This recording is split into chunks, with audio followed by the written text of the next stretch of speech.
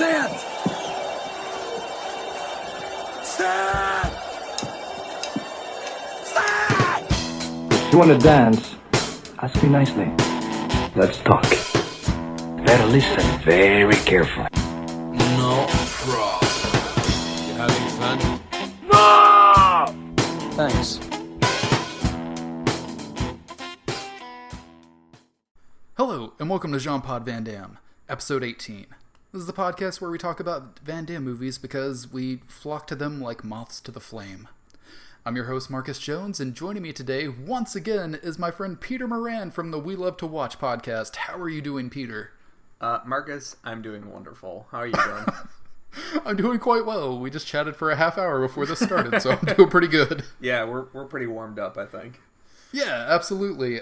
So, you were on the podcast before. We did Universal Soldier Regeneration together, if I'm correct. We did. Awesome. That was a very fun episode. It was, and so now you're back, so obviously we're going to skip over the whole, your history of the Van Damme thing.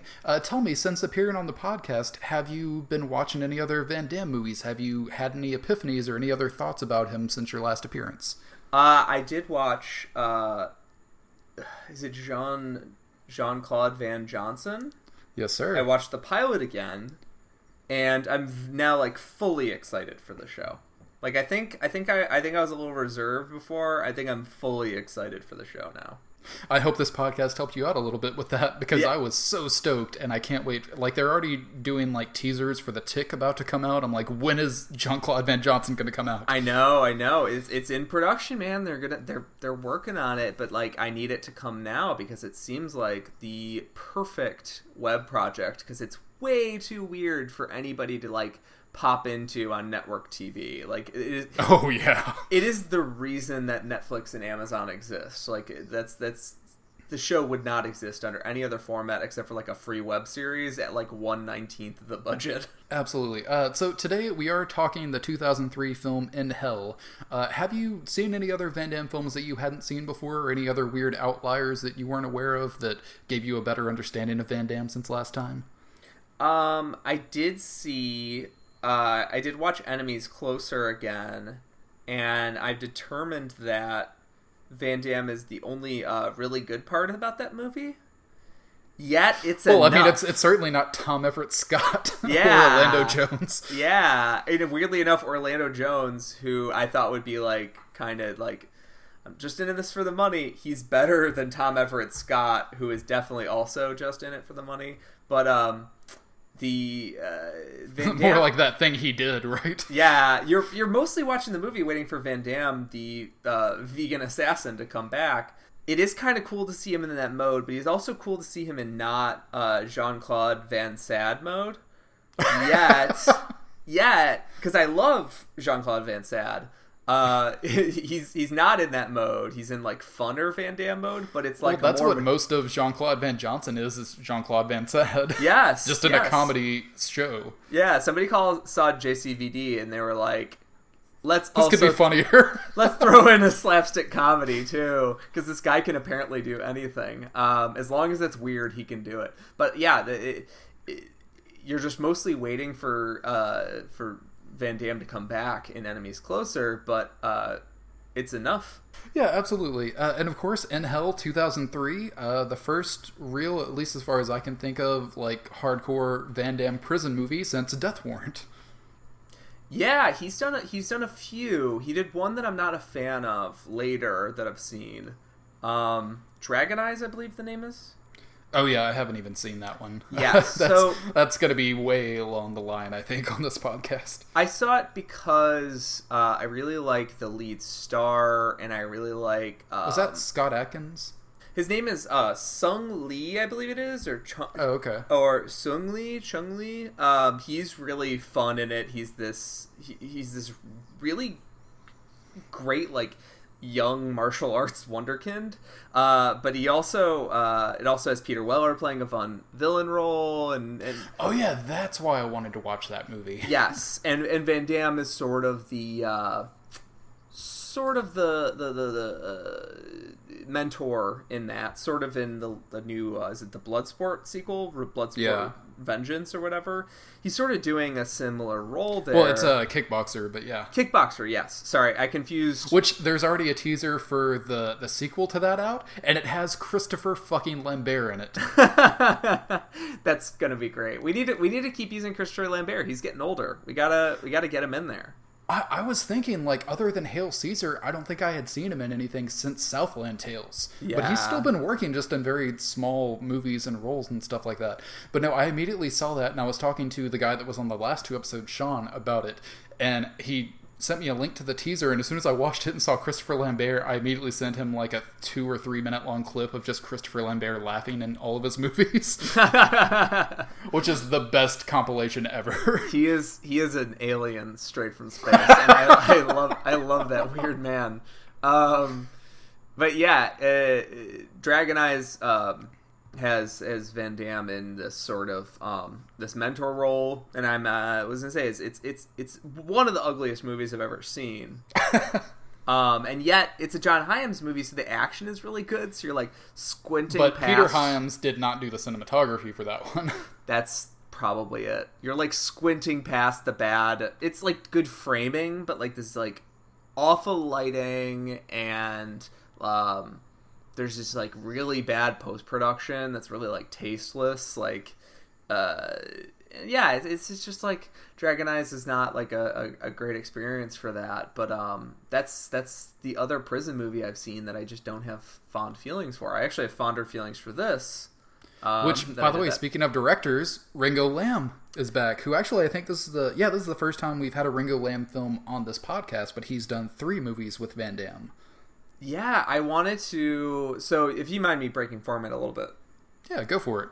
I wanted to bring this on because of a few things. One, from the trailers, I looked around a little bit before I picked my choice. The trailers looked like the beginning of true Jean-Claude Van Sad, and Jean-Claude Sad Damme, if you'd like. Either way will work.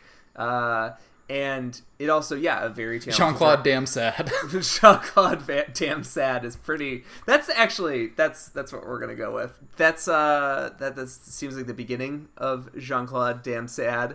And also, it's a Ringo Lam movie, like you mentioned. Like, he's a very well-respected Hong Kong director, and he did City on Fire, the movie that Reservoir Dogs heavily draws from. And I thought this would be... and he's done a few Jackie Chan movies, too, as well. He's just kind of oddly enough, I didn't find this out till I was doing research on this movie, but he co-directed the movie Twin Dragons, which is the Jackie Chan playing twins movie, with Hart Soy, who also did Knock Off and Double Team with Van Damme.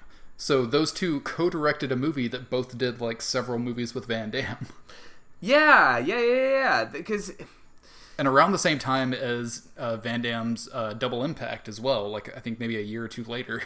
Yeah, and it is interesting that Van Damme sort of acted as this unsuccessful gateway for these Asian directors who... Other than John Woo. John Woo did all right for himself, but still not great. John Woo did really great, and then he had a few whiffs, and then he went back home and then did great again. Like, I love you start making movies with Ben Affleck in the 2000s, that's just going to happen to you. I have nothing bad to say about John Woo, and I also have no tears for John Woo, because he had a great career in China. And then he came here, and he had a great career that kind of tanked. And then he went back home, and then he had another great career. Like, the guy's unflappable. Which, by the way, I will just say that movie I mentioned, the Ben Affleck movie Paycheck, I don't think it's that bad. It's not that bad. I think it gets a lot of shit for not being a great adaptation. Which is like a very weird thing to hold above a Ben Affleck running around action movie from the early 2000s. Like, who cares? Do you really care? Like, just watch the movie.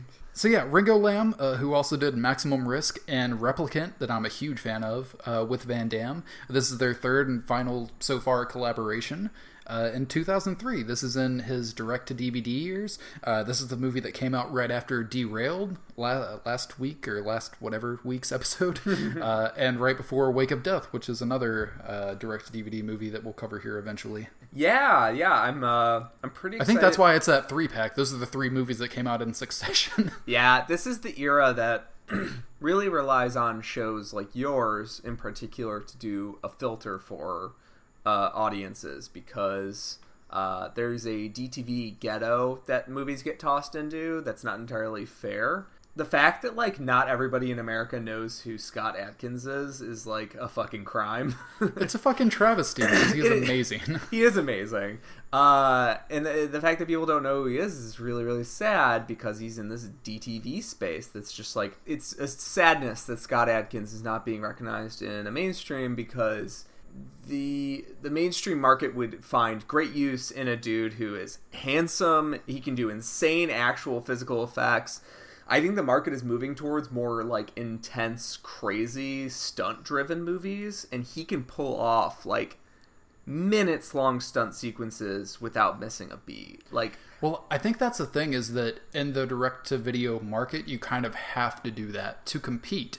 But I do think stuff like Amazon and just streaming platforms are going to make that more accessible to people, and I kind of thought it was maybe a bit more popular, or at least they have a bit more of a shot than they actually do, because then you go look at some of these direct-to-video action movies on Amazon or something, and you look at the comments below, and you're like, oh, this is just still the dregs of society that are watching this stuff and that really don't care or appreciate action movies. Yeah, and I hope you don't mind tooting your horn a little bit, but like, you're doing actual charity work by filtering through the DTV stuff to bring us some gold, because this especially is the era of when, you know, you might turn on a movie and be like, oh no, this is the one that was made at the producer's summer house for like $5,000. Well, I do take donations, just in case anyone was wondering. But no, surprisingly, this is a direct-to-video movie, but I think the fact that Ringo Lam was behind it as a director, and he had done at least Maximum Risk, which was a decent hit for Van Damme, like, this movie, apparently, at least according to IMDb and stuff, had a $17 million budget. Which it certainly looks good, but apparently, at least as far as I found with the numbers, it was direct-to-video, but it made like $24 million in rentals. Yeah, it's an interesting movie because it looks not that great. It kind of looks like a DTV movie, but the actual like production value is pretty high. I buy all the sets immediately. Oh yeah, no, I think they just filmed in an actual prison, and that just gave them immediate production value. Yeah, where do they shoot? Bulgaria? Where do they shoot most of these? Yeah, Bulgaria. Yeah, this is a movie that was a well-chosen script for this type of production, because you can find run-down old Russian buildings, and you can find like an empty Russian field like pretty quickly in other countries that are just looking for production. Like, you can find those specific scenes pretty quickly, and from that perspective, the movie looks really good, and it has. Well, and it's also extremely cheap to shoot in, I would imagine. Yep, and it's a movie that has like a weird number of actors that like I recognize from other stuff. Some people went on to do a lot from other Van Damme movies as well, because like there's I believe it's the tattooed guy, the tattooed gang guy. I believe he was also in Death Warrant, actually. That would make sense. By tattooed gang guy, which guy are you referring to? Because I think everyone in this movie has Russian tattoos. yeah, no, it's the dude that actually has like sleeves of tattoos. He's like the leader of one of the gangs. He's a shaved head with a goatee. If that's who, yes, I know. Kind of a scrawnier dude with like big sleeves of tattoos and stuff. Yeah, he's one of many Hispanic Russians that they cast in this movie. Oh yeah. Surprisingly, a lot of Americans in this Bulgarian Russian prison. Yeah, what I was gonna say is there's Carlos Gomez is the lead prison guard, like the one that's most front facing prison guard. Obviously, he's Hispanic. I believe he's Mexican-American. Hispanic-American. He's like the lead-facing guard. There's the individual you're referring to, who's this like one of the leads of the gangs is like very clearly Hispanic. Like, but he's been in like pretty much any prison movie you can think of. Chances are he's in it. Yes, the lead trans woman in the that sort of like there's a triumvirate of they're a bit of a cheerleaders in a way. Yeah, they present the matches. That actor is from the Dominican Republic. Yeah, there's a lot of like Hispanic actors getting tossed in here, and like weirdly enough, like when you're watching it, you're like you notice it, but eventually you're just like, all right, they're Russian. And then after that, like I think the $17 million looks like it did its job. Like other than a few spare people that look like they're from a different continent and don't look Russian, like I think it mostly looks like it's Russia. Well, there's a couple of really big, like muscular, shaved head Russian-looking guys, so I guess that covers it. What you need in there. Yeah, most of the people Van Damme is punching look Russian, so that works. Yeah, I guess that's all you need. As long as the guys he's punching in the face look Russian, then it's a Russian movie. A lot of Eastern European faces are in this movie, and most of them are being punched. But then you still have kind of like the bit of the old sage Morgan Freeman Shawshank Redemption kind of character with the one black character in the movie, who's kind of like the big guy that won't fight, and he reads a lot, and he's kind of poetic and stuff, and he has voiceovers in this movie. Yeah, he's got like half the tropes of a magical black person stereotype, but not all of them. Obviously, he's not magical. He's not quite Legend of Bagger Vance, but he is very much Morgan Freeman Shawshank Redemption. Yes. He's got like wisdom beyond his years, but he's also a little bit of Chief from One Flew Over the Cuckoo's Nest. Yeah, totally. Like, and also, I guess, almost a little bit like Bane as well, where it seems like he's been in this prison for so long. He's an interesting character because he introduces the movie and he closes out the movie with his voiceover segments. And in a way, he's the main character, I guess. He gets a flashback to his life before the prison, whereas Van Damme doesn't really. It is almost kind of like, well, once we get past the opening like 15-20 minutes that sets up Van Damme going to prison, it is pretty much almost like he's the outsider main character watching Van Damme's story unfold. Very much like a Morgan Freeman watching Andy Dufresne kind of thing. Yeah. Like, this character grows more mysterious and more magnanimous if we view him from this outside perspective.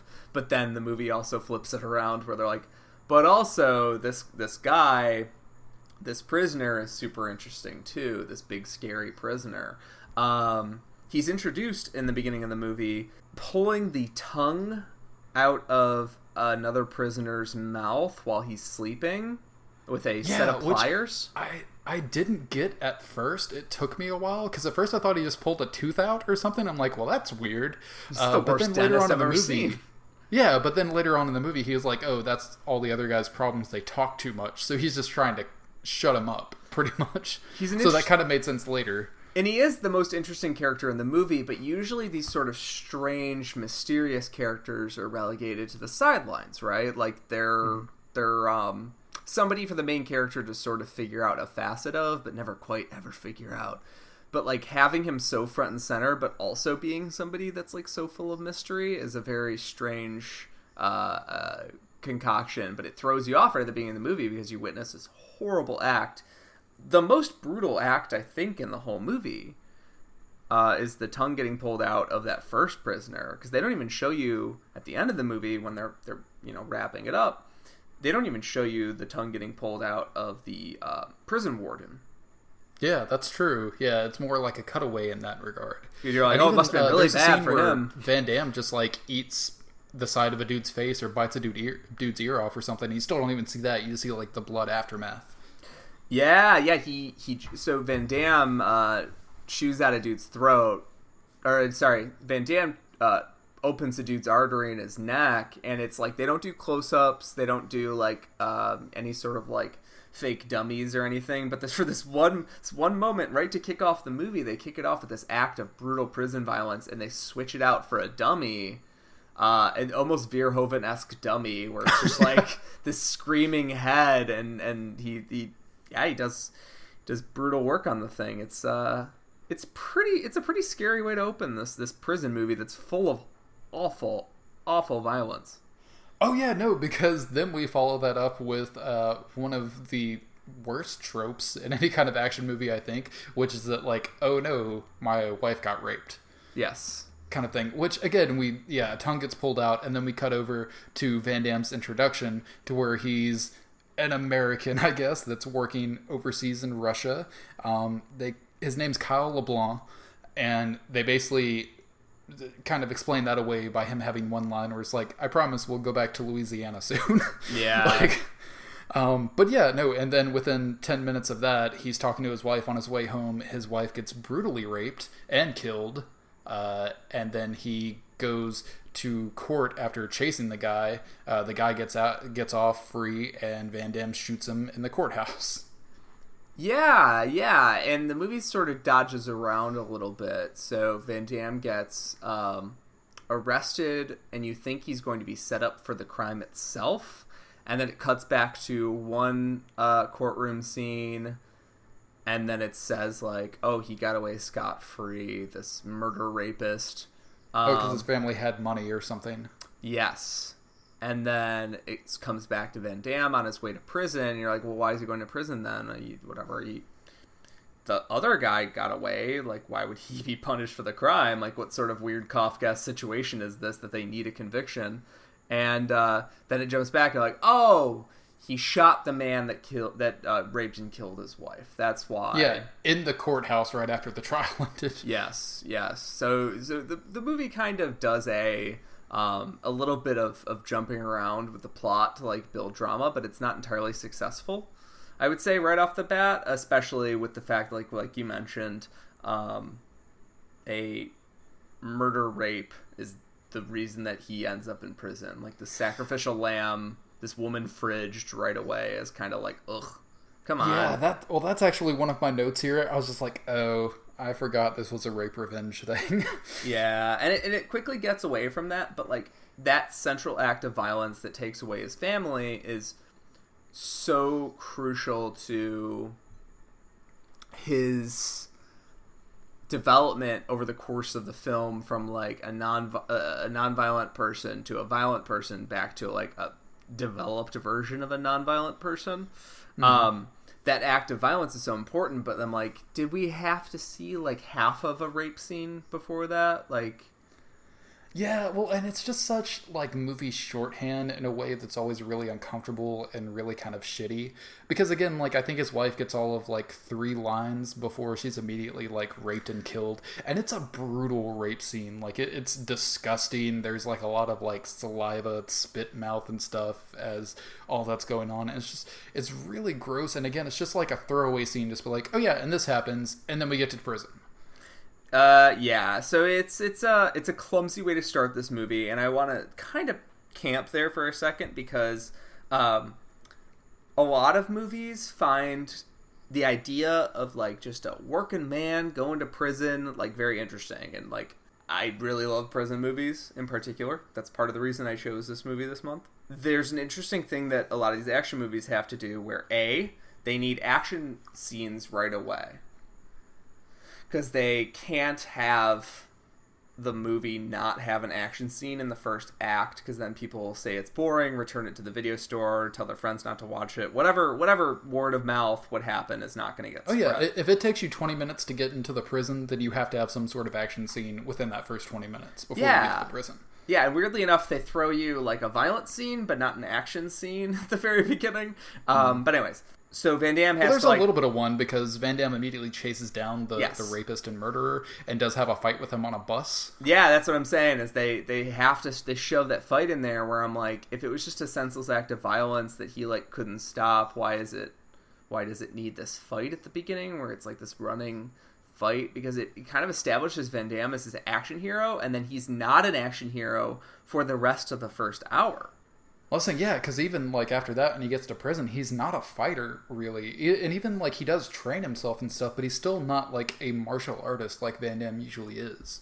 Yeah, he's doing a Jean-Claude Damme sad thing where he's trying to, and it's hard to tell chicken or the egg. Is Van Damme doing these sadder movies because his like career is going down, or is his career going down because he's like trying to lean into his dramatic side? It's a little bit of both, but I feel like this is a case where it is more so... Okay, so Van Damme realizes he's in direct-to-video kind of purgatory at this point. He's done a few movies at this after 99 when Universal Soldier: The Return tanked. But I feel like this is the point where he is trying to do weird and different things. Because this is also like after he did Replicant as well with Ringo Lam. So he's trying to do different kinds of roles, do bad guy roles, do more serious dramatic stuff, and not just do straight up Van Damme action style movies. Because when he does that in this period, you get shit like Derailed, which is a straightforward like Die Hard ripoff action movie kind of thing, and it just doesn't fucking work with Van Damme in this point in his career. So branching out and doing stuff like this is actually kind of brave, and what I think kind of separates him from most of the other action stars that went direct to video at this point. Because like Steven Seagal is still making the same fucking movie today that he made since the late 90s, early 2000s, and Van Damme has been jumping around trying to do any different kind of role he can. This is why your show is a perfect concept for a podcast, because watching Seagal movies in a row would be so fucking boring, because you would get through the three or four good ones, and then it would just be like, yeah, in this one he's in like, I don't know, 20 shots because he had his stunt double do all this. This is the one where he's holding a gun on the poster. Yeah. Exactly, and it's always like extreme measures and like without compromise. My dick is a gun. Like what? That would be a Seagal movie I would actually watch.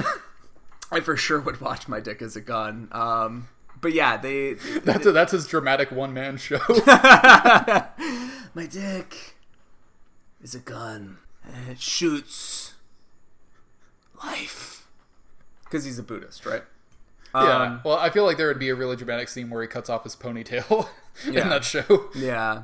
At some point, he would refuse to kill the actor that he had written to be killed into the movie, like he does in what's that movie? The Mirror Man. Glimmer Man? Yeah, Glimmer Man. At some point during when they were making that, he like basically pushed to have this like final confrontation with the guy and Stephen Tobolowsky's character, and then at some point he was like, actually I'm a Buddhist, so like I think that he shouldn't die, I shouldn't kill him. And then Stephen Tobolowsky had to like sit him down and be like, actually you do want to murder me, because Stephen Tobolowsky is like this weird like Midwest goofball poet that can talk anybody into anything. I love the idea of him having to talk Seagal into murdering him. He had to. He was like, this is well, it's in the It's script. like the weirdest My Dinner with Andre. And I don't know if he like, it's from the story it sounded like he had to like walk around. Is this did you hear this on the Toblerowski Files? I did. On it's his a great podcast? episode. Okay. Yeah. And you can edit out all those, by the way. But I would never add out anything about Stephen Tobolowsky. Which, while I'm speaking about editing, I'm not going to talk about editing anymore. I kind of in a track with Aaron where I just call out things that like we can edit that later. I really do apologize for. It's perfectly all right, because I tend to do that too, and Cole will do that at times as well. But pretty much every time I do that, I just leave it in. Yeah, because I don't want any kind of veil in front of this show. Just like, oh no, we fuck up, and then we say edit that, but then I just don't edit it because I don't care. I just don't. Just didn't want to come across like a jackass earlier. But I'll stop calling out edits. Too late. Yeah, too late. This is your second episode. People know your deal, man. Yeah, we're already in the meat of things. So wait, where the fuck were we? We were talking about. Oh yeah, so yeah, I jumping back like a million years. Jumping back, the Van Damme career trajectory is something that is a great topic to cover across this podcast, because this is him sort of hinting at later career sparks. This is, as someone who's a big fan of the last two Universal Soldier movies, this is a great hint at what would come. Just in a bad wig. Yeah. yeah, exactly. And in this movie, he has some great facial hair that has like a strange goatee.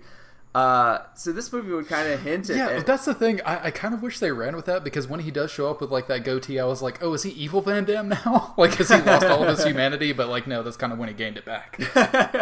And it's an interesting thing, because he gets to have the evil goatee for a very short period of time, like you said. And then the prison riot happens, and there is a prison riot in this movie where Van Damme has become a badass. He's risen above the adversity of prison.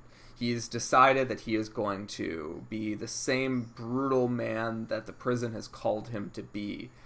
And then he's like, as part of his character trajectory, he's like, no, I'm going to sit out, and we're going to sit in the rain and talk about pacifism while this prison riot is happening. And it's sort of indicative of the entire movie, I think.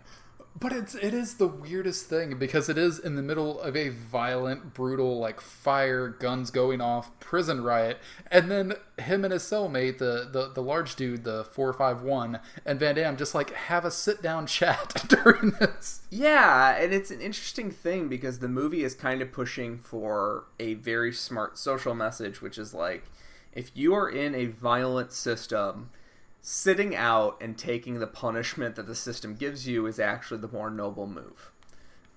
Instead of becoming the monster they want you to be. Yeah, weirdly... Instead of becoming the monster that they treat you as. Yes, weirdly enough, this movie is more respectful to Buddhism than anything that Steven Seagal has ever done. And Jean-Claude Van Damme is not a Muslim. Or, sorry, Jean-Claude Van Damme is not a Buddhist. Yeah.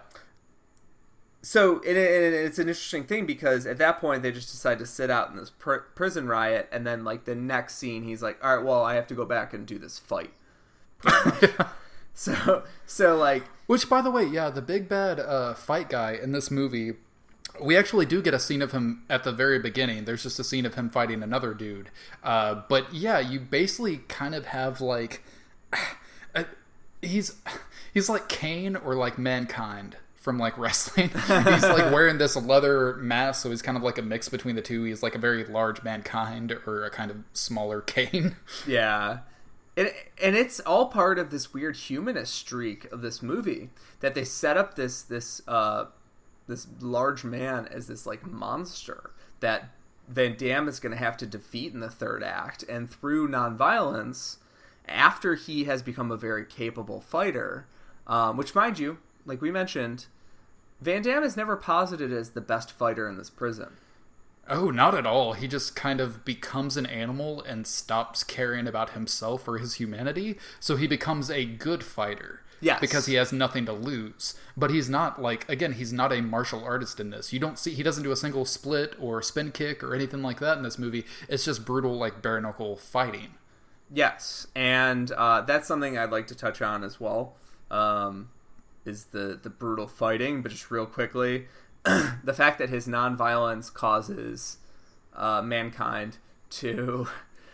he's certainly not Dude Love, I'll say that. Yeah, no, not at all. Mankind to take the side of the other prisoners and stop the fight and actually kill a prison guard is very interesting. Well, that's not... He starts the prison riot, actually, because that's the thing, is that you figure, like any other Van Damme or action movie, like, oh, that's the big monster he set up in the beginning. At the very end, we're going to see Van Damme have to fight this incredible beast that's obviously, you know, him way over his head and out of his element. But again, because you've had Van Damme in the hole for most of this movie, hearing this monster next door screaming in pain and stuff, and just, like, beating on the wall, like, communicating with him, they end up being able to communicate, and they don't fight, and they end up fighting on the same side. Yeah, and it's a great way to subvert your expectations, though the movie kind of cops out by still letting Van Damme kill the prison guard in the end by dropping a car on him. So, like, his nonviolence trajectory is... What I'm kind of hinting at is his nonviolence trajectory is very hard to track. Well, I mean, it's like, yeah, non-violence, or at least, like, against the other prisoners, the people that are in the same position as you and are part of the same system that they can't get out of. But the actual evil men in power, those are okay to kill. Yeah. Like, you're allowed to take down the men at the top because they've, like, facilitated the system. But the victims of the system, which are your peers in this prison, they shouldn't be the ones you're going after. So that's kind of, I guess that's kind of the message. That's a good point. That's kind of the message of the movie, is that, like, the perpetrators of the system are fair game. But not the people that are just cogs in the system. Yeah, I guess it's sort of a it's sort of a check your targets style message, like watch your sights. What's the term for it? Yeah, basically check your sights. Yeah, check your site targets. But it's basically like don't get. That is definitely not the term. No, it is not. It's don't quibble with your peers. Focus on the true enemies. There are evil people in this prison. There are bad guys in this prison that Van Damme does also have to fight against earlier on when he's just losing his humanity. But in the end, even though a lot of these people are, criminals, they're murderers, they're rapists, stuff like that, a lot of them are still being mistreated in a way to where, like, they're not the real bad guys. They're, again, just part of this system that spits out exactly what it wants them to be. But it's the people in power making money off of this shit and taking away everyone's humanity. Those are the people that are fair game, that are okay to kill.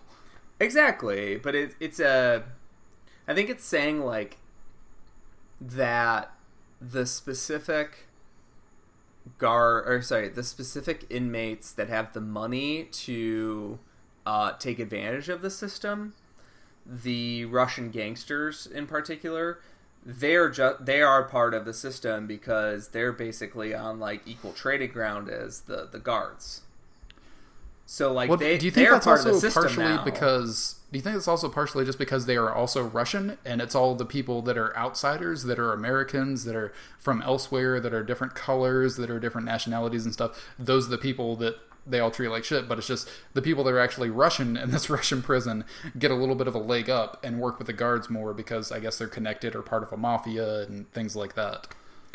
Yeah, that's probably it. I mean, in general, it's a movie about indoctrination to a system, right? So, not to get too heady about a movie where Van Damme mostly punches people in a prison yard, but it's mostly about indoctrination. And grows a sadness beard. And does a little bit of bouldering. It's a movie about indoctrination because when he enters the prison, he is essentially a fish.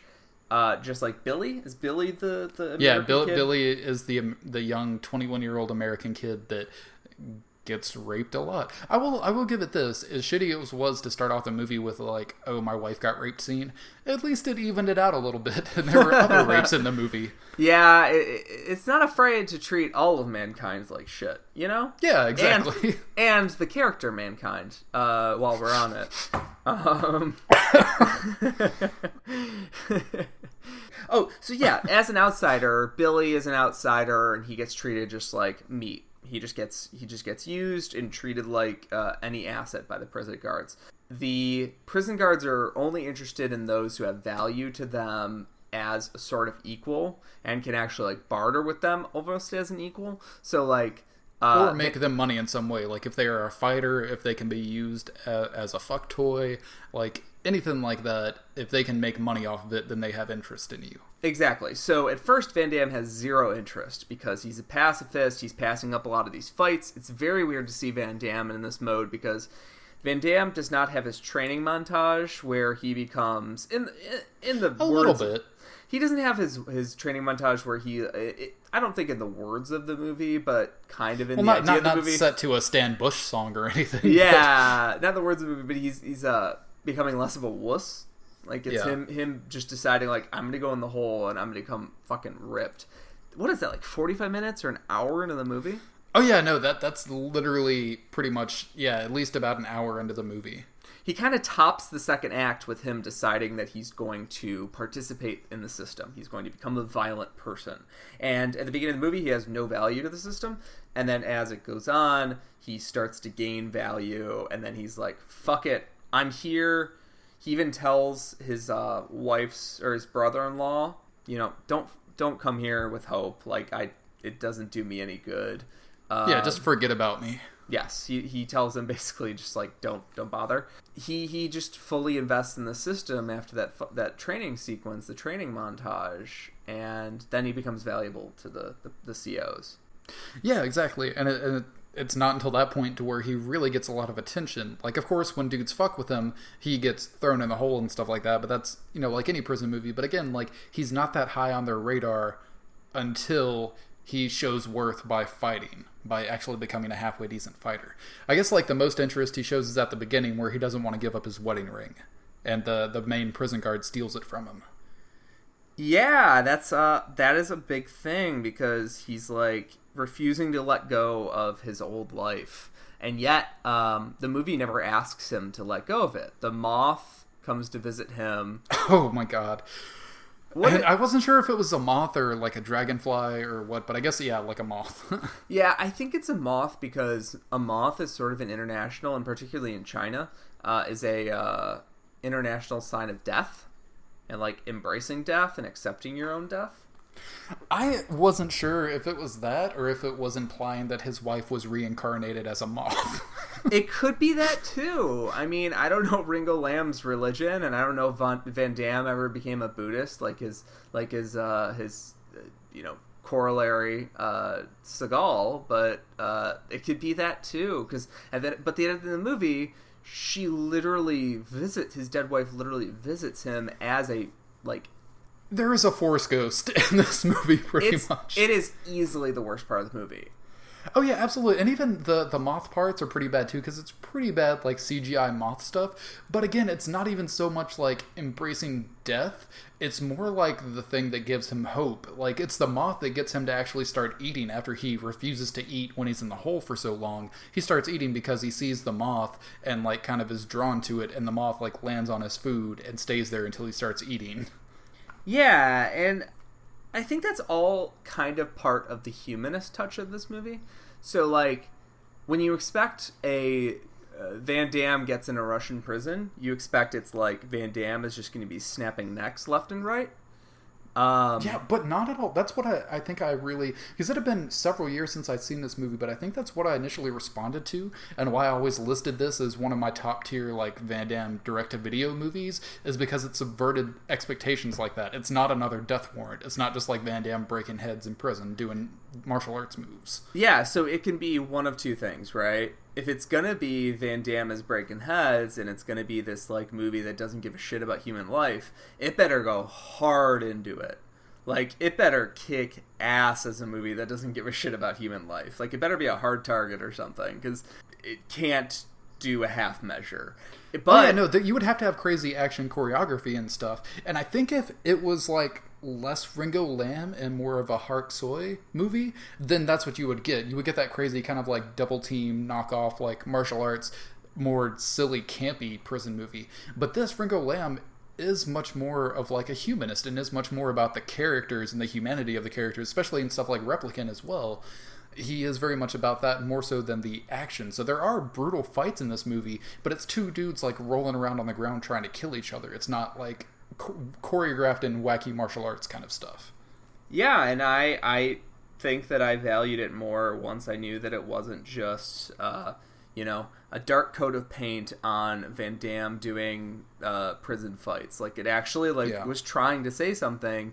And like, yes, the opening narration and the closing narration and some of the his roommate's his cellmate's... It's a roommate situation. Yeah, his roommate, I mean, it's a little different roommate situation. I've never had a roommate try and take my tongue out, but...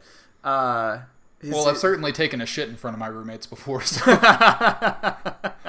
Which I think is kind of the weirdest scene. And again, a thing to where, like, you're in a prison cell together, Van Damme has to go, like, take a deuce, and he's just, like, sitting there, like, reading his book, and he has to, like, put the candles out and then go lay down while this dude shits right next to him. Yeah, and it's an interesting thing, because I really like that part of prison movies where people's like humanity and their dignity is being where people take shits. Well, I really like the part of prison movies where we get to watch people take a shit. It's probably my favorite thing. So I bet you loved the shit L in this movie. Yeah, wait. Why was... Hold on. When he's in the hole, when he's in solitary, is there just like a shit tunnel running, like leaking down into his cell? There's a shit L. Like, that's what you keep on seeing every time. It's just like this gross brown liquid just like spewing and then like running in an L shape, like through the hole and then out of a hole. Oh my god, it's horrific. The solitary confinement in this movie is awful, though. I was like, is this movie being rude to Russians? And then I looked up Russian prisons and I was like, not really. No, it's sugarcoating it a bit. Yeah, Russian prisons are way worse than ours. Yeah. Well, there is a scene where Van Damme tries to commit suicide, but it could also very easily be turned into like the weirdest jerk-off scene ever. Because like he's very much like he ties a bunch of shit together and like tries to kind of hang off the edge and hang himself, and then that breaks, and then he just like rams his head into the wall over and over again until he tries to like knock himself out, which is when he sees the moth for the first time. But yeah, very easily could have just been turned into like a really weird like fetish jerk off scene as well. Yeah, it's an interesting thing because they're degrading Van Damme so much. At some point, you're like, are we gonna see him actually have to have prison sex? Like, is that gonna be something that's like, I feel like his pride was still too high at the time that he would let himself be sexually assaulted in a movie. Oh yeah, no, he definitely wouldn't do that. That's why he has given Billy. His track record. That's why he has Billy, which like Billy is a first draft name for a character that you basically put in the movie to be an innocent person that gets raped all the time. Like, yeah, just like he's like a Billy. Yeah, like that is a first draft name right there. The Billy thing really troubled me because like, which by the way, I don't think I've ever actually known anyone named Billy. Yeah, I know like one person named Billy. It's not like a thing that I think like anybody over like 12 names themselves that much. Yeah, you're Will or William after that. Yeah, or Bill. Or Bill. Yeah, you don't stick around with Billy too much, but if you do, I mean, let us know. Chime into the comments. Chances are you'll probably get severely raped in prison. It's a very strange thing to have this much prison rape in a movie like this, because you're like, at first you're like, oh, it's just gonna be a Van Damme punching people movie, and then you're like, there's a lot of rape in this, like not like a normal amount, like a lot. That was very close to being a Mark Wahlberg impression. Bro, there's a lot of rape in this. Is there a term for when you're trying to do an impression of somebody else and then you just end up it just comes out as Mark Wahlberg? Yeah, you just end up being like an accidental Wahlberg, like a that's Wahlberg called life. the accidental Wahlberg. The accidental Wahlberg. The whole movie is kind of this like good. A lot of our friends in the movie are good people that were put in prison for either something that wasn't their fault or something that is just like a crazy situation. So, yeah, or something that's like pretty minor, but you're in Russia and you're a foreigner, so you get thrown into prison, life, no parole kind of thing. Yes. Because even Billy, he's like, I met a girl, we started drinking, and then she crashed her car into a building or something. So like, Yeah. I got like reckless endangerment or some shit. So I'm here for like 2 years. Yeah, and the movie you're supposed to see that as like a grave injustice. Also, here's another thing, setting this movie on the other side of the world in a country that a lot of people still had negative feelings about. Now even more Still so. have negative feelings about. Yeah, we've had no good reason to forgive Russia because of its leadership, and I refuse to forgive them. But and I forgot to tell you, that's the whole reason I okayed you doing this movie, is because I wanted to talk about Russia. Yeah. Just a lot of Russia chat. Don't really care about the rest of the movie, just mostly Russia chat. But this movie does a few things with, I think Van Damme's murder thing, I don't think the setup to his wife's death is reasonable, but I do think him murdering the guy right in the courtroom is reasonable. Yeah. Because, and I don't mean morally, I guess morally also, but I mean like more in the sense of like, this actually happens. Like guys that are about to get off of, pedophilia charges, guys that are about to get off murder charges, sometimes are murdered like rape charges quite frequently. Yeah, but these guys sometimes are murdered right away. Like there's this and video, especially like that, you think like, oh, if they get off, that means they talked or something, or they got a deal. And it's a rare thing, but it happens. So like I remember in high school I watched a video back when I was really into like edgelord shit. I watched a video of a guy who his son had been sexually assaulted. The guy was, I believe, about to get on a plane to go to his prison on the other side of the country. And the guy was like, he didn't think the sentence was stiff enough, or he was just like still mad at him for assaulting his son. I have no idea what was going through his head. He stepped out with a gun and executed his son's rapist. Like, that is Which, the thing. again, it's a thing where, like, kind of understandable. Yeah. Like, I mean, obviously it's not good to take the law into your own hands. It's not good to kill people, but you can't completely argue against it either. He's a victim. Like, he's going through a version of the grieving process that happened to turn violent. Like, it's a very interesting thing, and it's something that, like, you can be it's a cruel reaction to a cruel world kind of thing. Yes. And you can be all masculine about it and be like, fuck that guy, like, yeah, you fucking owned that rapist. Like, you can be all masculine about it, but, like, it's not really an interesting way to deal with humanity. Well, and it doesn't solve anything. It doesn't take away the fact that his son was assaulted. It's not going to make his son feel any better. It's not going to make him feel any better in the long run. Yeah. It's just part of a shit world that he's a part of now. Yeah, and this guy eventually got off, but people don't always get off, especially, like, I don't know if this guy should have gotten off, because he basically shot him in front of a bunch of cops. Like, the bullet could have gone somewhere But again, there's else. times where, like, I bet a lot of those cops are like, fucking wish I could have done that. Yeah, it can go either way, but, like, that bullet could have gone somewhere else. Like, it's a awful situation anyway. But again, who knows how trained with a gun he was? He could have easily shot an innocent bystander. He could have easily shot a cop. Yeah, and that's a thing that I found reasonable. Like, the murdering right in the courtroom, it seems like kind of inflated and kind of dramatized and soap opera-y, but it kind of is a thing that, like, happens sometimes. Like, not all the time. It's but, realistic enough. Yeah, every now and then it happens. And, like, Con Air comes up with the worst fucking reason to send an innocent man to jail. Well, not innocent, but it comes up with the worst reason to send a man to jail, which is because Nicolas Cage is like a walking weapon.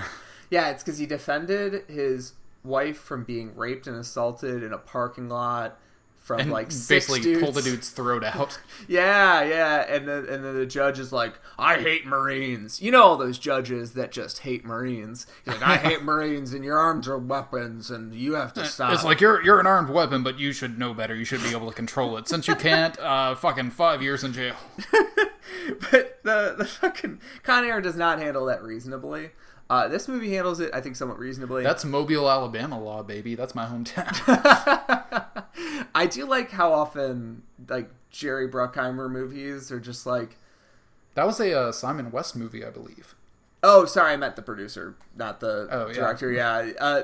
The sort of, like, that brand of, like, braggadocio macho action movies are just like, the South is trash, also come see our movie. And we flock to it. We're like, oh, they gave a shout out to my hometown and played Creedence Clearwater Revival. I love this. Also, they set loose Steve Buscemi, a child rapist in my hometown. Thank you. Hey, I know a guy like that. He lives down the street. God. So yeah, that was just my point, is that the movie is trying to sort of set up this, like, situation where, like, the guy goes to jail for, like, a crime that anybody of us could understand, or is, like, a fucked up, like, you know, third world justice thing. Yeah, but it is still a crime and would still be sent to prison even if it was in America, but obviously wouldn't be mistreated quite the same way or to the same extent.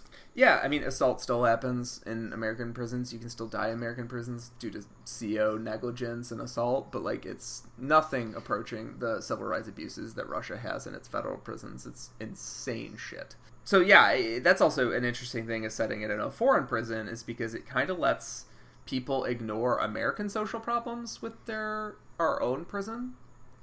Well, yeah, and of course, like, most people watching this movie have no idea what's going on in Russia. They have no idea about the Russian federal prison system or anything like that. Yeah. Like, they have no idea of any of that. So they're like, oh yeah, of course, anything can happen in there. It's the other. It's the unknowable. Especially... It's halfway across the country, or halfway across the world. Yeah, especially after what's the Oliver Stone...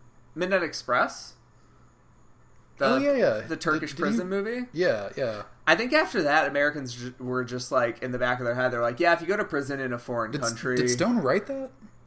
Yeah, I think he wrote it. Yeah, okay. yeah. I think, like, after that, Americans were like, if you're in a foreign country, yeah, you can just like go there You're and- fucked. Yeah, they just hit you with a brick and then throw you into a hole, and I guess like they call you a different name. I don't know. They throw gruel at you for once a week, and then you're set. Like, I think it's like a thing that like Americans fairly in some countries and unfairly in the vast majority of countries think about foreign prisons. Well, it's even just a movie trope in and of itself is being sentenced to prison in a foreign country is like the most horrific thing ever, and you're gonna get treated like shit and probably die or have to fight your way out. Yeah, and this is also an interesting thing where like when Van Damme gets out at the end, it's sort of like just like assumed that justice will be served. They just throw up a title card. Yeah, just a title card. Just like 3 months later, the prison was shut down. Which is like the ultimate, like, wait, hold on. But he was convicted of the crime, but he's also like, he has to get across the Russian border into Poland, and like, does Poland extradite to Or I guess, Russia? yeah, like he just has to find an embassy somewhere or something like that. But again, yeah, he is in a stolen vehicle in a like Russian prisoner guard uniform or military leader uniform. He is a convicted felon that broke out of prison. Like, Yeah, I guess like you could read it as like the prison was shut down 3 months later. I mean, the prison warden was that actually had murdered. nothing to do with Van Damme. Van Yeah. Damme was like murdered in a ditch later, but the prison just happened to be shut down because of funding a little while later. Yeah, they shipped everyone off to like Novogorsk or whatever. Like they didn't. Yeah, that's like the warden was murdered there. Like that might mean that whoever is in charge of the Russian prison system is like, this wasn't working. We need to figure out how to house people without our Yeah, we wardens need to getting sweep murdered. this one under the rug here. Yeah, that's something that didn't even happen at like Calvary or like any of these like Attica, like any of these big like prison riots. Like the wardens never get murdered. Yeah, no, even in Shawshank, the warden just murders himself. Yeah, he does a self murder. Yeah, the best that he can do, the best that Dufresne can do is set him up for to go to jail, which is like kind of a lot, but still. It's a lot better than getting your tongue ripped out of your face. I would say vastly preferable because the guy still dies from the tongue deflagellation. Yeah, you still whatever you bleed wanna call out, it. but you're in some pain for a little while. Yeah, so now that we've kind of gotten through like the broad strokes of the movie, what did you think about this as like a Van Damme fight movie or like sort of like representing Van Damme?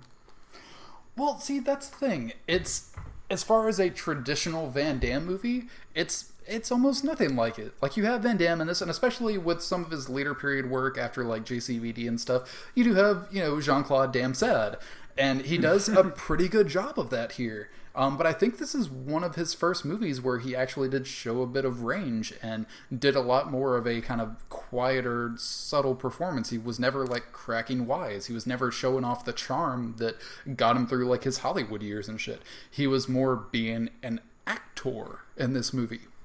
And as far as the fighting goes, obviously, like I said, he's not a martial artist in this movie. He's not doing splits and spin kicks and shit. He's literally just, like, bare-knuckle fucking boxing with dudes and, like, rolling around with them on the ground, and, like, he wins a fight by biting a dude's artery. Like, that, it's hard shit. He's not, like, fucking, doing karate moves and fucking flipping people around and stuff. He's literally just, like, becoming an animal and just through brute force, like, beating people to the ground. Yeah, and I think that there are a few really effective fights in here, especially as somebody who loves Van Damme in fancy mode, doing splits and doing spins and high kicks and shit. Like, I love Van Damme in fancy mode. It's kind of because a lot of times he has a flow to him, almost like Muhammad Ali or something. Like, there's a dance to it when he's moving around with somebody. And I'd kind of like to know your thoughts about how you feel about it as a Van Damme movie and how you feel about the action and the fighting in the movie. So yeah, but yeah, in response to that, I kind of talked about how his trajectory goes. So like, it kind of takes a while for Van Damme to get in a full-on brawl. He mostly gets his ass kicked for the first hour of the movie. Oh yeah. And he doesn't really get a full flowing kind of fight until very late in the movie. And even his fight with Mankind is like him avoiding him and ducking him, and the movie is like subverting and getting his ass kicked until he beats against the wall and he's like, oh yeah, remember me?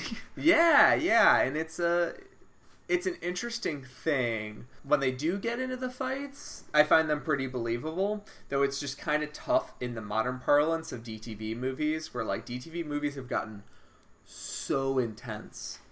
Like, Skin Trade was an interesting one recently where I was like... Oh, yeah, but that fucking fight scene between Michael Jai White and what's his face? Not Dolph Lundgren, but the other lead in that movie. Tony Jaa?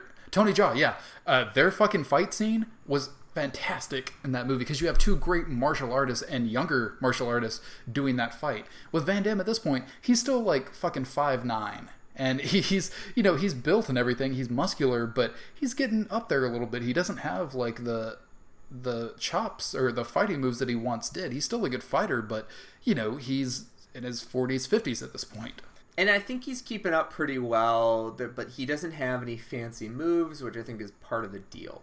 I think that this isn't the sort of movie where Van Damme is just gonna like magically learn how to do a spin kick. Yeah, or like you're not gonna have him doing the fucking splits while he's in the hole to like train or meditate or anything. Yeah, that'd be pretty amazing to watch him. Like, there's like two bricks. He's doing a split over the shit L. And he only does it so he doesn't have to walk through shit water every day on the way to his bed.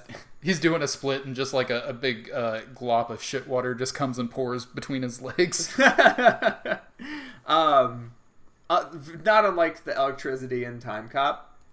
Yeah, exactly. He's Or like he does a split on fucking a washing machine. But yeah, that's an interesting thing about it because there's not actually that much to say about the fights because they're pretty quick.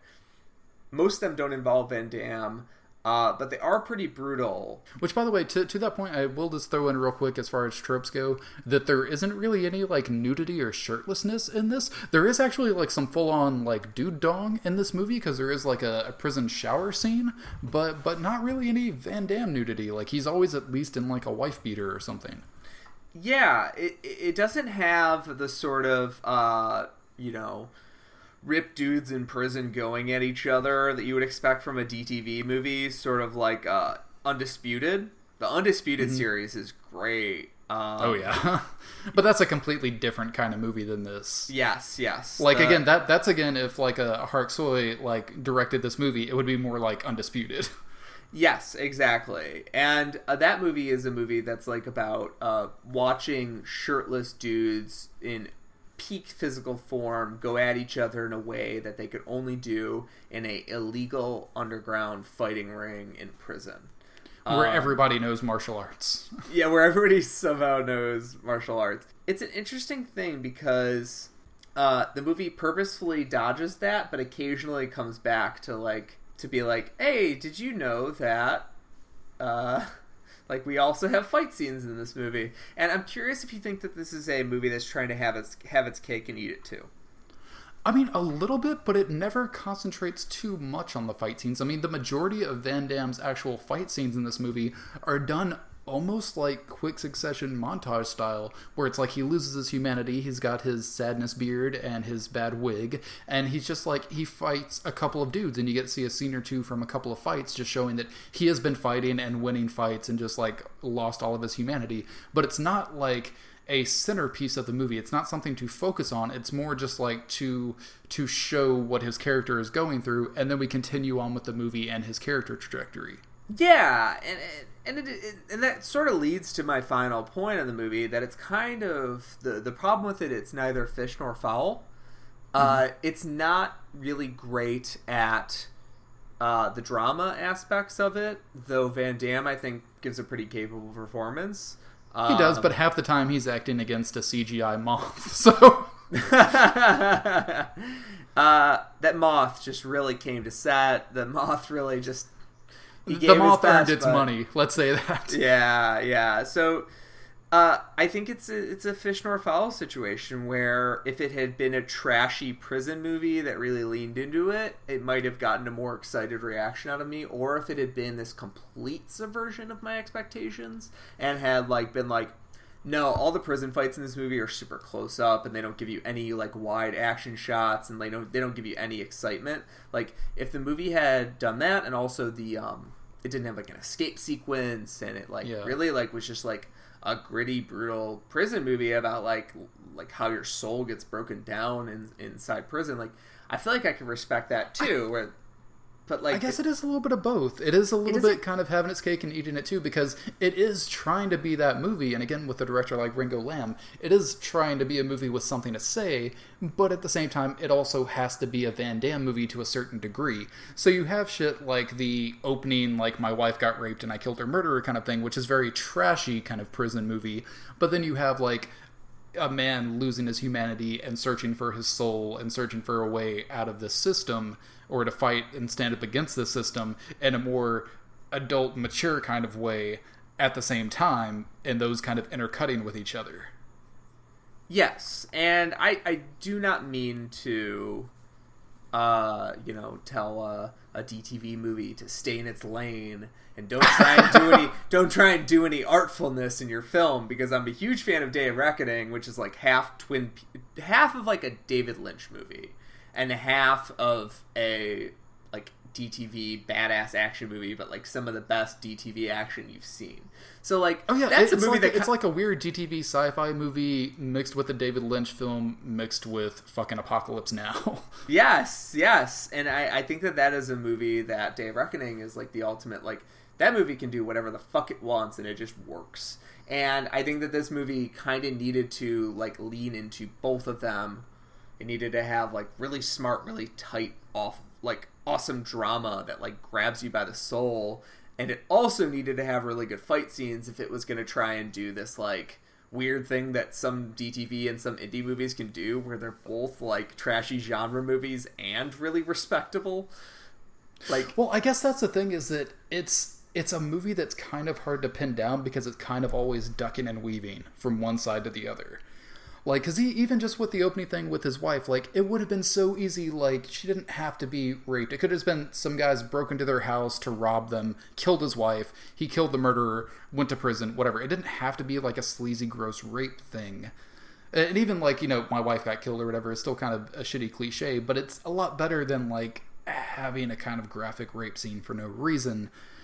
But at the same time, it could have, easily just jumped to that and then been more about, like, this guy being broken down by the system and then learning to fight back through not fighting and gaining his humanity back. And you could have had, like, one or two kind of brutal, quick fight scenes where, like, he becomes that monster, but then he decides against it, and more of the movie is concentrated on him fighting back through non-violence, as opposed to that being, like, the last 15-20 minutes of the movie. I completely agree. I think that the last 20 minutes of the movie, kind of give you some creature comforts, though, that are kind of fun. Like, getting that revenge feels good. Don't you agree? Like, oh yeah, getting revenge against the guard that, like, stole his wedding ring and's been treating him like shit and taking money from everyone the whole time and working with the bad prisoners, the bad Russian prisoners. Yeah, like, it's always good to see that comeuppance, the higher-up general that's, like, watching up in the wings with, like, the women and the wine and everything like that while these men are beating each other to death. He gets his comeuppance. Van Damme breaks out of prison. Chief, stays behind and does what he has to do. I mean, it's fine. It's creature comforts, but again, it's at the end of the day, it's a movie that felt like it wanted to have something to say, but couldn't really grasp it or didn't really know how to put it into words. So it just kind of, ended the way most prison movies do, and then cut to a title card that said 3 months later the prison shut down. At least it was one title card, not like 17, where they were like, oh, and then his wife woke up from a coma, and then he dated his sister or something. Like, at least it wasn't just, and prisoner 451 became Senator Robert Blutarski. At least it kept it to one title card, but it did remind me of the end of Miami Connection, when it was like, violence is bad. Did you know violence is terrible? And you're like, well, yeah, I guess this movie. Yeah, that would have been great. 3 months later, the prison shut down. Only through nonviolence can we achieve peace. And I guess its morals are about where a Miami Connection is, to where it tries to have a message, but it does so through, like, brutal violence. Yeah, because when the prison closes down, you're like, well, didn't we all learn something? You're like, no, I didn't. I didn't learn nothing. Yeah. It's like, no, he still literally had to fight his way out of the prison very violently. Yeah. So, and the movie is not, and like we pointed out, the movie is not a Buddhist nonviolent film. No, not at all. No, it's not like the movie that like thinks all of the prison violence is horrible, but like actually the movie is kind of supportive of some of it. Like when his 451 kills the man that ratted on Billy. Billy was making a prison escape. Oh yeah, there is a dude in a wheelchair on fire in this movie. Yeah, when 451 burns him to death, the movie is like somewhat supportive of that. I think the movie is like, yeah, you can have this that movie one. is totally snitches get stitches. The movie is snitches get stitches, but also the system is fucked. But also like in a sense it's like a very like revolutionary minded political movie. Like it's like there are pigs at the top that deserve to die, but like don't get caught up arguing with your allies because that's just a waste. But if you turn on us, you die. But if you betray us to the pigs, you're as bad as them. Like in a sense, it's that kind of revolutionary message. Like whether or not you get behind that or not. But that's kind of where I would place it. It's not. Yeah, if you're a piece of shit because you're suffering in the system, cool, we get it. We're also suffering in the system. But if you're a piece of shit that's suffering in the system and then sells us out to the people that are making us suffer, then you're just as bad as them, and we have to kill you. Yes, exactly. So, So as we wrap this up, let's give this a final Van Damme rating. A scale from 1 to 10. I always say Derailed to Bloodsport, but I know you haven't listened to the episode yet. Spoiler alert, I gave Derailed a 2. Yeah, I was gonna say, then this.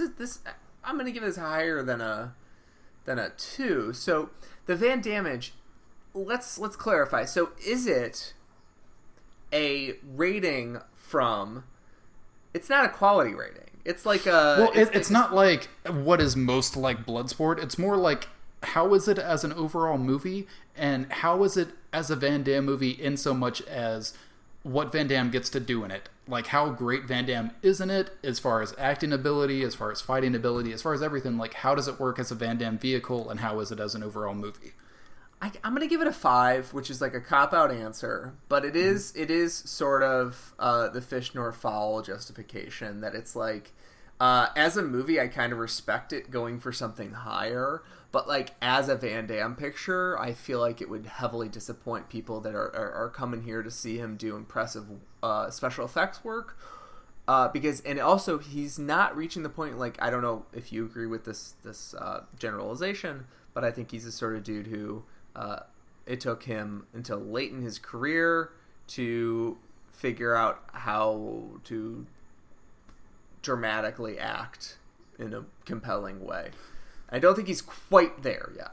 Well, that's the thing, is that, yeah, I do agree with you, because mostly in his early films, even into his Hollywood 90s years, it was a combination of his martial arts abilities and his natural charisma. That was his acting style. It was using his fighting techniques and his martial arts ability, which he trained for years, and using just his natural charm, charisma, and physique to carry films.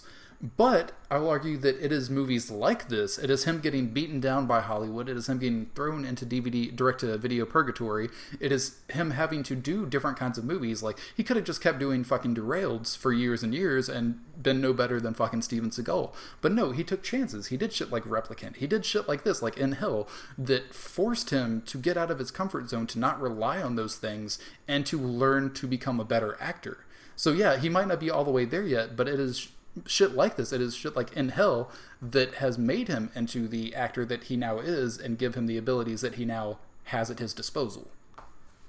That's perfect. That's perfect. I think that this is a great stepping stone film. It is, because I'll rate it a little bit higher. I'll give it a solid 6. Because again, okay. It's good. It's especially for like this era of Van Damme direct-to-video movies. It's quite good. It's one of the best of this period of his career. Like I'd say this and like Replicant and even stuff like Until Death, it's a little bit lower tier than this, but he has a couple of good ones in there. But it's stuff like this that is at least subversive and at least different enough for him to be interesting at this point in his career, instead of just making the same kind of movies over and over again.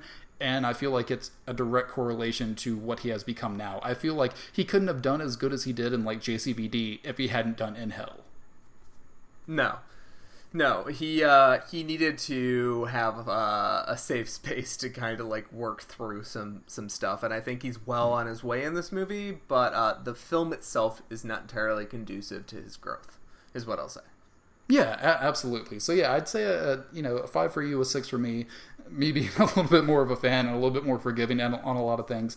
Like it's definitely worth checking out, and it's definitely, if you've seen all the Hollywood Van Damme movies, if you've seen all of his big hits and stuff, and you want to see something else, this is a good one to check out. It's certainly an interesting film. It's not the problem that some of these movies, these DTV movies, run into, where they're pure action and they fuck up on their action. It's not that at all. Because it's not trying to be. What sounds like Derailed is, which is Derailed is trying to be a pure action movie, but it fucks up on that. Yeah. Oh, yeah. But yeah, I haven't seen the movie, but that's the way you're describing it. I'm just going to say there's far too many model train sets in that movie. Oh, no. But we have so many trains. Why would you do that? Just, for real, please watch it. God. Again, I'm not going to promise this completely, but I think a drunken commentary track from me and whoever I want to get to do it with me would be a good idea. I'd do that, for sure. Okay, yeah. If you ever, I'd say maybe watch it first before getting drunk, or maybe getting drunk while watching it for the first time would make it more enjoyable than my wretched first time watching that movie. A veteran of the not so great Derailed time watching it again. Yeah, a veteran of the Derailed Wars, and then a green recruit coming in. But at the same time, I think I also did try to promise myself that I would never watch it again after the second time, but who knows? Yeah, we'll see. Third time's the charm, as they say. Yeah. So yeah, that's kind of wrapping it up. Peter, thank you so much for being on the show. What do you got to plug, my friend? Yeah, man, this has been a really great time. So, I run a podcast that Marcus has been on and will be on, literally in Tuesday. 5 days. Yes. And has been on a previous episode. Was it not Silent Night, Deadly Night? Yeah, it was Silent Night. It was Silent Night, Deadly Night? Yeah. I couldn't remember if it was that or Black Christmas. We did a Christmas horror month in last December. So yeah, we do this podcast called We Love to Watch. And we love to watch. Blah, blah, blah, blah. Yeah, exactly. So We Love to Watch has a website, WLTWpodcast.com. If you'd like to find our episodes, we're on Stitcher, iTunes, TuneIn, all of the podcast apps. And yeah, we cover a lot of genre movies, similar to this. I do not know if we've done a Van Damme yet. I don't think we've done one yet. I don't think you have either. But yeah, my co-host Aaron has been on the show before as well. Well, if you ever do cover a Van Damme movie, you can have me on as your Van Damme expert. I was gonna say, would that be overload for you? If the first time we do a Van Damme movie, we're like, well, we're gonna get the expert in. No, that's perfectly fine. Literally, the other people that do a jean-claude Van Damme cast kind of thing, they were having me on for their Time Cop episode until the internet connection messed up. So I don't care. I'll talk about any of his movies forever and ever. Yeah, and I mean, I guess geologists don't get sick of looking at rocks, so you gotta stay in the game. That is a good comparison to my love of Van Damme. It's like not getting tired of looking at rocks. So yeah, We Love to Watch is going to be expanding into a network of shows. But right now we are just a movie podcast. We do one movie a week, and we do these themed months. Our current themed month is John Carpenter movies. We're doing lesser works of John Carpenter. So the works that don't get as much respect, we're trying to figure out if they're truly lesser works. And Marcus is going to be on to talk about Ghosts of Mars. Get your Ghost to Mars. Yeah, we're going to see if Ghosts of Mars is really as bad as people say. And our approach... Which you love. I do really like Ghosts of Mars, but it's been 2 or 3 years since I've watched it. So who knows? Maybe my tastes have gotten crueler in this time. I don't know. I'm excited to talk about it. And yeah, definitely look out for We Love to Watch. It is a fantastic show. You and your co-host Aaron Armstrong are both incredibly funny and incredibly well-spoken and talented, and go very in-depth to a lot of movies that don't get a lot of talking about, people don't really discuss very much, so I appreciate that. You always have very interesting and fun guests on, and I'm very excited. Look out for your network to be reaching out in the future. There might be a Patreon at some point, and I might also have a show on the network at some point. Yes, we're expanding a lot, and thank you very much, Marcus. That's a very sweet thing to say, and yeah, we're looking forward to recording with you on Tuesday, man. Yeah, absolutely, sir. Of course, you can find us on Twitter. We're at pod_Damme. On Facebook.com/crushcelluloid. On crushcelluloid.com. We're on Stitcher, iTunes, all of that fucking garbage. And thanks for listening. We'll see you here next time on Jean-Claude Van Damme.